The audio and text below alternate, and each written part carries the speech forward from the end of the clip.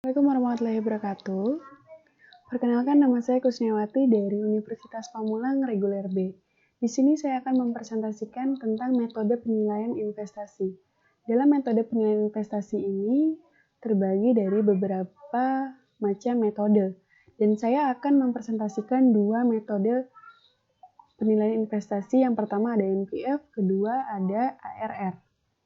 Net Present Value ataupun NPV adalah perbedaan antara nilai sekarang dari arus kas yang masuk dan dari arus kas keluar pada sebuah waktu periode.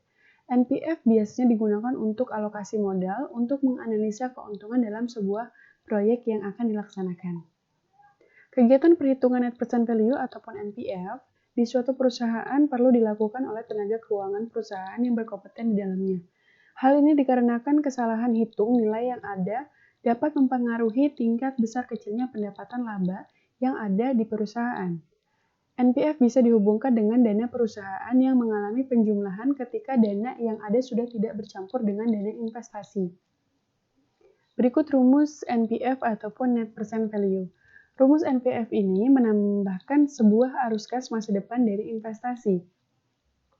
Mendiskon arus kas tersebut dengan tingkat diskonto dan menguranginya dengan investasi awal. NPV sama dengan Net Present Value dalam rupiah, CT sama dengan arus kas per tahun pada periode, C0 sama dengan nilai investasi awal pada tahun ke-0 dalam rupiah, R sama dengan suku bunga atau diskon rate dalam persen. Berikut contoh soal dari metode NPV. Sebuah perusahaan PT Sejahtera ingin membeli mesin produksi untuk meningkatkan jumlah produknya. Harga mesin produksi yang baru tersebut adalah 150 juta dengan suku bunga pinjaman 12%. Per tahun arus kas yang masuk diestimasikan sekitar 50 juta per tahun. Ditanya, apakah rencana investasi pembelian mesin produksi ini dapat dilanjutkan?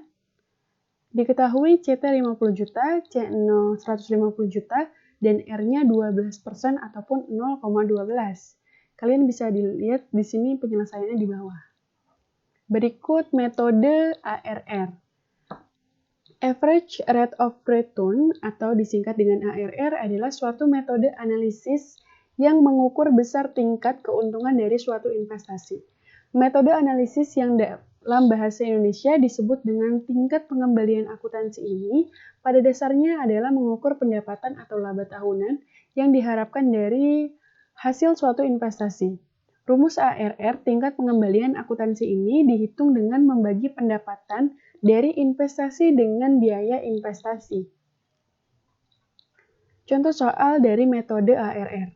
Bila suatu perusahaan melakukan investasi sebesar 5M dan memiliki riwayat keuangan seperti dalam cash flow di bawah selama masa 5 tahun dengan tingkat bunga pengembalian sebesar 20%, maka nilai ARR yaitu penyelesaiannya nilai investasi sama dengan 5M, waktu investasinya 5 tahun.